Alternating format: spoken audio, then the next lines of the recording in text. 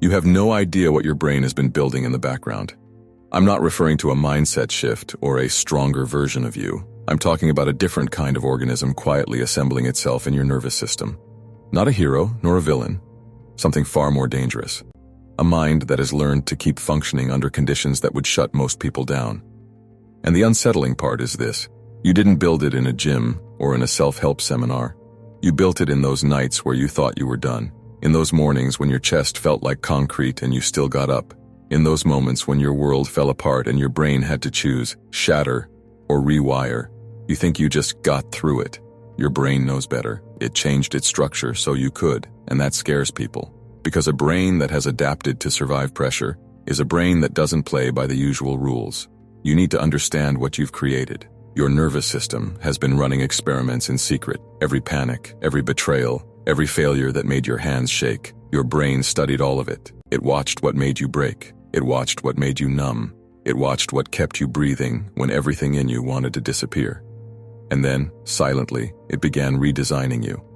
First, it rewired how you read danger.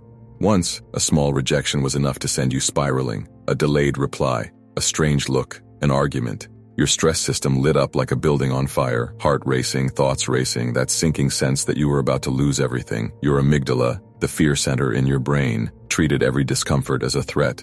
Your prefrontal cortex, the rational part, drowned in emotion. But then life stopped sending you small problems. It sent you real ones. The kind that keep you awake at 3 a.m. staring at the ceiling. The kind that force you to change cities, jobs, relationships, entire futures. The kind that make you say, if one more thing happens, I'm done. It pushed your stress system to the limit, again and again and again. And your brain, forced into a corner, did the only thing it could if it wanted to keep you alive. It recalibrated. It stopped firing the full alarm for every little thing. It started saving the everything is on fire mode for what truly was. From the outside, people say you've become cold. They're wrong. What you've become is selective. Your nervous system stopped wasting all its ammunition on meaningless battles. Your brain learned stress tolerance. It learned that you can feel fear and still act. It learned that survival is not about avoiding pressure, but functioning inside it. That's why small dramas don't move you anymore. That's why petty conflicts feel like background noise. When someone tries to provoke you and you don't react, they think you're detached. But the truth is simpler. Your brain has seen worse. And once your nervous system has adapted to real disaster, it doesn't jump for every emotional firecracker. What used to paralyze you now barely blinks on your radar. That's not apathy. That's a rewired threshold. Your brain adjusted what counts as threat. And from that moment on, you stop living at the mercy of tiny storms. The second change is darker. Your brain stopped trusting illusions. There was a time when you believed words, promised forevers. We're like family here. I'd never do that to you. You heard tone, you saw smiles, you took it all personally until reality didn't match. People left, situations turned, masks slipped. Each shock was more than just emotional pain. It was data. Your brain recorded the gap between what people said and what they did, between what was promised and what was delivered, and slowly, it rewired your perception. You stopped fixating on the speech and started watching the pattern, how they show up when there's nothing to gain, how they behave when no one is watching, how consistent they are when they think you'll never leave. From the outside, they say you've become suspicious or too analytical. What actually happened is that your social brain upgraded its software. Your mirror neurons, your emotional circuits, your pattern recognition systems, they all linked up. You developed something psychologists call hyper-awareness, not paranoia, precision. You hear the hesitation hidden inside the I'm fine. You notice the micro-delay before I'm happy for you. You sense when someone's energy shifts around your progress. People speak. You listen to what they don't say. This is how your brain defends you now. It no longer waits for the crash. It scans for cracks, and once you've lived through enough impact, you stop ignoring those cracks. You pull back earlier. You invest less in people who show you who they are but hope you won't believe it. You stop begging the unstable to be stable. To the world, that looks like you've become distant. They say you changed. They're right. Your reward system got rewired. Once you fed off approval, validation, feeling chosen. Now, your brain has tied safety to consistency, not charm. It doesn't give dopamine out as easily for nice words. It wants evidence. The third transformation is brutal, but it's where the real resilience is forged. Your brain stopped expecting rescue. Do you remember that breaking point? That moment you realized no one was coming to magically fix it. No sudden apology that would heal everything. No miracle opportunity that would undo the years. Just you. Your brain had to make a choice that most people run from their whole lives. Keep waiting and sink. Or accept reality and adapt. This is where something called learned helplessness usually wins. Humans who are repeatedly hurt, blocked, ignored, often conclude, whatever I do, nothing changes. So they stop trying. Even when the cage is open, they don't move. Your brain was flirting with that edge. Nights of feeling like effort was useless. Days where everything felt heavy. That dull numbness that made even small tasks feel impossible. But then, for reasons you probably still don't fully understand, you didn't completely surrender. Maybe you made one small phone call. Maybe you finished one task. Maybe you dragged yourself to just survive the next hour. And your brain noticed. It registered a tiny, inconvenient fact. When I act, even from rock bottom, reality shifts. Even slightly. It wasn't a miracle. Nothing fixed overnight. But something moved. And that micro shift was enough. Because each time you forced yourself to take one small action inside the chaos, your brain installed a new line of code. I am not completely powerless here. That line might not sound impressive, but it is the enemy of helplessness. It's called agency, the sense that your actions still matter, even in the middle of disaster. Every time you chose action over collapse, even trembling, even crying, your brain strengthened that pathway. Neurons that fire together wire together. Feel terror, move anyway, feel hopeless. Do one tiny necessary thing. Feel abandoned. Take one step for yourself. At first, it was survival, no strategy, no big plan, just, what do I have to do next so I don't completely fall apart today? But over time, this became a circuit. Your brain learned that emotion and movement can coexist, that you don't have to wait to feel like it to start.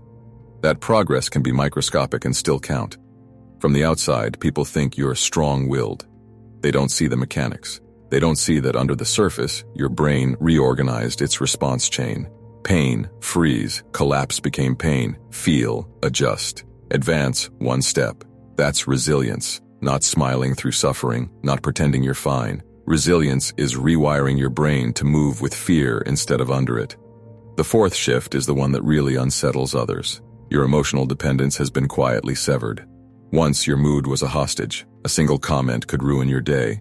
A lack of reply could destroy your self-worth. A small conflict could swallow your week. Your brain tied your safety and value to external signals. Attention equals sign I matter. Rejection equals sign I'm nothing. Silence equals sign I did something wrong. But chronic pressure, loss, and loneliness forced your brain into a brutal calculation. If your inner world depends entirely on others, you're doomed. So, little by little, your brain started detaching approval from survival. It couldn't do it all at once. It did it in quiet moments. The night you cried alone and realized no one even knew how bad it was. And yet you were still here. The day you accomplished something meaningful and noticed how empty congratulations felt compared to how real the process was. The argument where you finally stayed silent instead of desperate to be understood, and nothing actually exploded. Your brain updated its equations. Love is important, connection is powerful, but they are not life support. Instead, your brain started tying your sense of stability to something no one could touch. Your own standards, your own values, your own commitment to what you're building. Others became additions, not oxygen. Psychologists call this emotional independence. To people who still live off constant validation, this looks like arrogance. To you, it feels like breathing without a machine. Suddenly, you are less reactive. Insults don't sting the same way. Silent treatments don't make you chase. Withheld praise doesn't stop your work. They say you don't care. The truth is, you've recalibrated what your care is worth. Your brain has finally understood something most people never grasp. Attachment without self-respect is self-destruction. And once your neurons learn that, they stop rewarding you for chasing what keeps hurting you. The fifth transformation is the one that truly makes you dangerous. Your unpredictability. Most people live as open books written in simple language. Push that insecurity, they panic. Press that need for attention, they perform. Threaten that fear of being alone, they compromise. Their triggers are labeled, their reactions are scripted. For years, you were like that too. Everyone knew. If they withhold love, you'll beg. If they ignore you, you'll over-explain. If they criticize you, you'll self-destruct. But pressure does something strange to the human brain. When it realizes that its predictable reactions keep leading to the same pain, it starts hiding its wires. You began holding back. You didn't respond to every attack. You stopped explaining yourself to people who twisted your words. You noticed that sometimes silence cuts deeper than any defense. Your brain discovered that not reacting is also a move. And with every situation where you chose not to give the expected response, your neural pathways adapted. Trigger. Automatic meltdown became trigger. Observe. Decide. That gap between stimulus and response grew wider. You stopped being readable. The people who once controlled you emotionally started losing their script. They didn't know if you'd explode, walk away, or not care at all. They tried their old tricks. They bounced off. They feel threatened, not because you're aggressive, but because they can't predict you. Humans fear what they can't map. Your unpredictability became a psychological wall. They guess, they project, they make up stories. All of that is noise. Your brain is no longer there. It's busy running a different game, a long one. Because here's the deepest layer of this rewiring. Your brain has shifted from reacting to strategizing. Most people move on emotional time, instant reaction, instant gratification, instant panic. You've been forced onto a different clock. You think in arcs. You think in consequences. You've learned the cost of impulsive words, rushed decisions, and emotional outbursts. You've paid those costs already. So your brain began valuing something else. Timing. Waiting is no longer passive for you. It's a weapon. While others rush to prove they're not behind, you build at a pace that feels almost slow on the surface, but is relentless underneath. You no longer need everyone to see what you're doing. You just need to make sure it exists when it matters. This is the final stage that very few reach. You are no longer negotiating with your emotions to move. You still feel everything: fear, anger, desire, doubt. But they are no longer your commander. Your brain has learned to sit them down, listen, and then decide. You have become both the subject and the observer, the player and the strategist. That is what extreme resilience actually looks like when it's finished rewiring. Not a person who smiles through everything, not a person who doesn't care, but someone whose brain has adapted so far beyond chaos that they can stand in it without collapsing. Someone who can be hurt without being destroyed, who can lose without losing themselves, who can be alone without being empty. You think you just got tougher. No. Your brain changed its architecture. It reconfigured threat. It recalibrated attachment. It rebuilt agency. It rewired reaction. It extended your time horizon. And now you live in a mental space most people don't even know exists. So here's the part you can't afford to miss. Don't betray the system your brain has built for you. Don't throw away your new thresholds to fit back into fragile spaces. Don't lower your standards because others are uncomfortable with your calm. Don't trade your anonymity for cheap attention. Don't burn your strategy just to prove you're doing something. You've crossed a point of no return. You are not who you were before the pressure. Your brain isn't either. If something in this felt like I was describing you without knowing your name, it's not an accident. It's because you're not the only one whose mind has been forged in this kind of fire. But you are one of the few who didn't let it break you. So here's what you do next. Don't rush to tell everyone who you're becoming. Let them keep underestimating you. Let them think you're quiet, distant, not doing much. You know what's happening underneath. Keep training the circuits you've built. Act when you're afraid. Pause when you're triggered. Detach when you're begged to chase. Choose your battles like your future depends on it. Because it does. And if you want to keep decoding what your brain is really doing behind your reactions, behind your personality, behind your resilience, stay here. Subscribe. Not because the button matters, but because it's a simple way of saying to yourself, I'm done living on autopilot. I want to understand the machine that carried me through hell and came out different. If you've listened this far, leave one sentence in the comments. I am not fragile. I am rewired. No one else will fully understand what that means, but you will. Now close this video like you'd close a door you're not planning to walk back through. Go back to your life. Work in the quiet. Let your brain keep doing what it does best now, turning every hit into architecture.